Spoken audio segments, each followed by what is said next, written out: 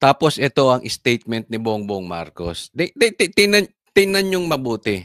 Sabi niya, the opposition would love to bring me into this. Saan? Ha? Gusto ng opposition dalhin ako dito. Saan?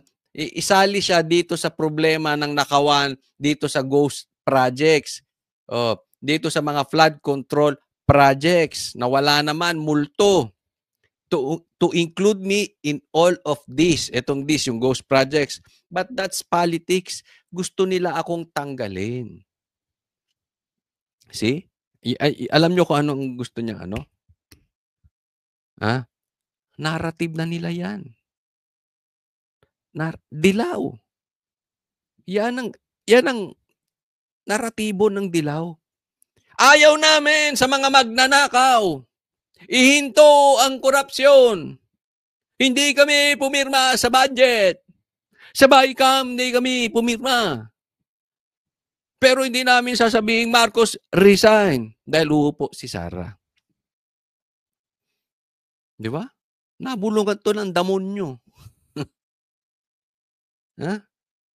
Nabulungan to. Yan na yun eh.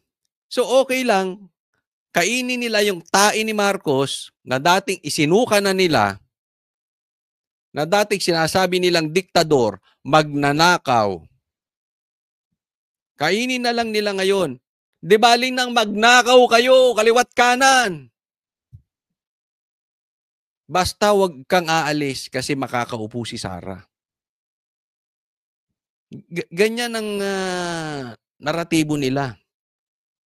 Marcos, hindi ka dinadala doon sa sitwasyon ng ghost projects.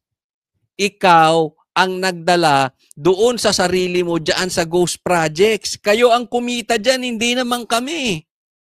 Sino bang pumirma niyan? Sino bang pumirma ng budget? Sino bang pumirma ng insertions? Ay, hindi nga pala insertions.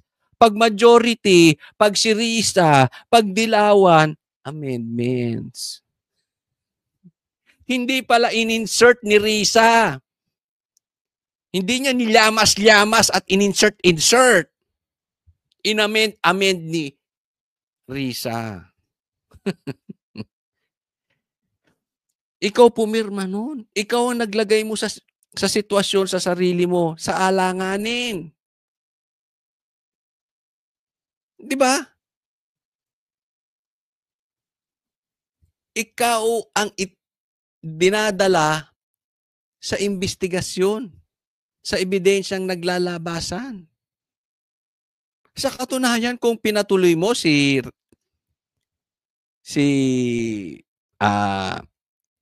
Chis Escudero as Senate President at si Marcoleta as Blue Ribbon Committee, yung ebidensya will bring it to you. Doon na patungo ebidensya sa iyo eh. Kaya hinayjack nyo yung Senate. Ipinalit mo yung Itbulaga. Ipinalit mo yung clown. O, dinahinto. O. Kasalanan pa ng taong bayan? Kasalanan pa ng oposisyon, dinala ka dyan? Alam mo, Bongbong Marcos, kung malinis kang talaga, kung wala kang ninakaw, pwede mong i-open, all open yan. Tingnan mo kung bakit matapang si Marcoleta. Bakit matapang si Kiko Barsaga? Maybe they are not perfect. Pero pagdating sa nakawan, malinis eh. Parang sarap maging politiko ngayon. Di baling hindi ka perfecto, basta hindi ka lang magnanakaw. Bakit? Hindi ka matatakot eh. Hindi ka kayang takutin. Malinis ka eh. Madumi ka man, hindi ka naman magnanakaw. Hindi ka nila pwedeng i-blackmail kasi wala kang nakaw. Wala kang kriminal na ginawa. Diba? Tapang mo ngayon. And you will really shine. Kasi tinan nyo, ang daming congressman duwag. Hawak sa liig, tuta. Bakit? Nakinabang din sa nakaw eh. Kaya tahimik eh. Look at them. Look at the difference of most of the congressman compared to Chanco. Ang layo, di ba? Bakit? May pakinabang eh. Nagnakaw din. Hindi lang kasing laki nung kay Saldico o kay Tamby, pero may nakinabang, nagnakaw din. O 'to next, tingnan po natin. Eto, tingnan po natin. Pati magnanakaw, walang tiwala sa iyo, Bongbong Marcos, diyan sa administrasyon mo. Oh. Mailap pa rin ang mag-asawang Curly at Sara Diskaya mula nang dumating sa tanggapan ng Independent Commission for Infrastructure o ICI. Comment lang po ma'am, kinasuhan po kayo ng 7.1 billion. Hello ma'am, comment lang po. Hanggang nang lumabas pagkatapos ng isang oras na pagdinig. Nagsabi pala ang mag-asawang Diskaya sa ICI na hindi na sila makikipagtulungan sa investigasyon nito. Upon the advice of their counsel, they invoked their right to self-incrimination and manifested that they will no longer cooperate with the investigation being conducted by the ICI. Alam mo kung bakit? Kayo, na mga tuta ni Bongbong Marcos, ayaw niyong buksan sa publiko. Isipin ninyo, pati yung magnanakaw, di umano. Yung mga pipitsugin, mayayaman yan, pero compared to Tamby, pipitsugin yan. Ano yan? Dilis yan. Oo, si Pating, si Tamby. No, hindi ko sinasabing na kaya papitsugin mahirap, hindi po. Pero pati yung mga maliliit na magnanakaw compared kay Tamby, walang tiwala sa inyo, di umano. Di ba? Ayaw na mag-submit sa ICI. Bakit? Una, humihingi sila na maging state witness. Ang dami niyong hinihingi sa Diskaya. Kailangan ibalik pa. Tapos biglang magsasalita si Tamby na kinukonsider siya maging state witness. Di umano? Wow! Kaya to, mga kababayan ko, sa mga banateros dyan, huwag po tayong matakot. Isigaw natin, huwag tayong papayag na ang mastermind, siya pa ang magiging state witness. Ituloy-tuloy nating sabihin yan sa ating social media. Tingnan mo itong mga ito, sarswela ang ginagawa ninyo. Isama nyo dyan si Tito Soto, Itbulaga na yan. Oo, noon time show yung ginagawa ninyo. Tapos pasikretong investigasyon. Kahit ako si Diskaya, hindi ako magtitiwala. Dahil alam ko, hindi kayo independent. Hindi kayo nakagitna. Nakapanig kayo kay Tamby. Nakapanig kayo kay Bongbong Marcos. Halatang halata normal, delikado si Diskaya. Di ba? Ayon sa abogado ng mga Diskaya, inakala ng mag-asawa na mas malaki ang tsansa nilang maging state witness kung makikipagtulungan sa ICI. Mahirap kayo. Mas maraming pera si Tamby sa inyo. Ikaw, payong lang ang nabili mo na may kotse. Siya payong. Na may bahay sa Forbes. Pero anila, sinabi sa isang panayam daw ni ICI Commissioner Rogelio Singson na sa ngayon ay walang qualified maging state witness. Wala pa nga kami, di ba? Sa gaya nga ng nasabi ko, it's too early to tell. Kasi kailangan natin makuha muna yung buong picture. Yan na naman yan It's early to tell. Wala pa kaming napipili na sino magiging state witness, etc. etc. Pero sa dulo, si Tamby rin yan. Kunwari lang, dumaan sa due process, inimbestigahan, at napatunayan na hindi the most guilty si Tamby, kaya pwede na nating siyang proteksyonan sa batas natin. Laya si Tamby, hero pa ang animal. Isipin mo yung pinakamalaking ninakaw at nakinabang, di umano, siya pa ang hero, pambihira. Ganyan-ganyan ginawa nyo kay Boying.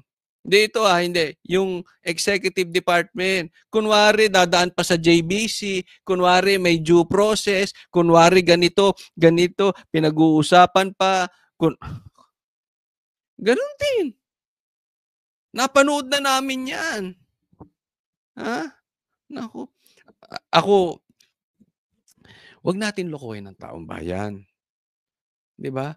Ang sakit na nga na ninanakawan nyo sila, parang minamaliit nyo pa. Na hindi nila kayang maisip itong panggagago nyo sa kanila. Pambira naman kayo. Bago tayo makarekomenda kung kailangan magrekomenda. September 19 lamang nagsimula ang investigasyon ng ICI. Ayon sa Independent Commission for Infrastructure o ICI, hindi raw makakaapekto September 19, ano ng petsa na ngayon? Pambira kayo.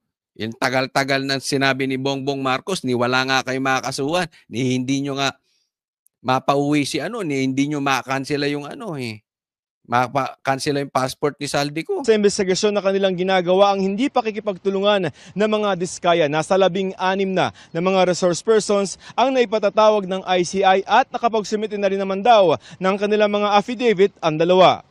Meron naman tayong magiging sources of information or evidence for us to build our case. Simple lang Ano ang sinasabi ng ebidensya? Bulacan, pangatlo sa pinakamalaking proyekto na nakuha ng flood control projects nasa Ilocos Norte. Di ba? Ang dami kontrata ng diskaya sa Ilocos Norte. Kailangan po ba bang maging abogado? Maging matalino? Para maintindihan yon? Ang simple. Yung ebidensya, it's leading there. Bulacan, Ilocos Norte, unahin yung imbestigahan. Sigurado ko, matutumbok nyo na mas mabilis. Unless, hindi nyo talaga iimbestigahan ang Ilocos Norte. Kaya sir, hindi mo kailangan maging matalino. Kailangan mo lang manindigan at maging matapang.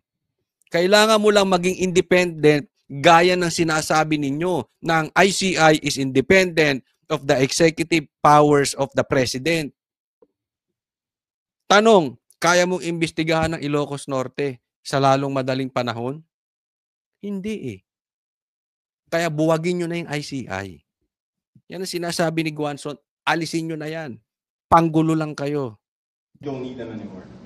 Right now, I think we have Hindi ko titigilan to mga to hanggat hindi nila tinitelevise to Huwag natin itigilan to. Moro-moro gagawin na ito mga to. as far as they're concerned, anyway, they were able to appear before the commission and that would stand. And we will take those into consideration still. Sabi ng opisina ng ombudsman na nag-iimbestiga rin at Isa ka pa, wala kang alam. magre-rekomenda ng mga kaso misguided o mali ang gabay sa mga diskaya. Pakipagtulungan sa gobyerno nila ang tanging magagawa ng mag-asawa. Kung ako si Diskaya, makikipagtulungan ako sa gobyerno? Sino nga hawak ng kaso ko? ICI tsaka si Boying? Are you out of your mind? Hindi ka pa nagsisimula, guilty ka na Di ba? Lalo na kung ituturo mo si Tambi. At saka si Bongbong. Ikaw naman, para kang bata ng, baguhan ka Dahil naman sa sakit kung hindi nakaharap sa ICI, kahit nakaschedule si dating Public Works Undersecretary Roberto Bernardo. Siyang umano'y naglagay ng mga pondo para sa mga maanumalyang flood control project. Na-hospital naman itong Lunes pero balik Senate detention na ulit ngayong araw si dating DPWH Engineer Henry Alcantara. Ay, magpapayat ka. Si Tambi nangangayayat na. Ikaw kahit nai-stress, hindi ka nangangayayat. Matibay ang pangangatawan mo, Brad. Pinasuri siya dahil sa nireklamong chest discomfort na lumabas ng muscle spasm. 16 na tao naman ang ipinadadagdag ng ICI sa Immigration Lookout Bulletin para ma-monitor kung mag-a-abroad. Kabilang sa kanila sina dating Congresswoman Isama mo dyan si Bongbong Marcos. Mary Mitzi Cahayon Uy, ang ama ni Quezon City 1st District Representative Arjo Atayde, na ayon sa mga diskaya ay personal nilang inabutan ng komisyon. At si Romeo Bogs Magalong na umunoy tauhan ni Quezon City 4th District Representative Marvin Rillo. Sinisika pa namin silang hinga ng pahayag para sa GMA. Ay, nako.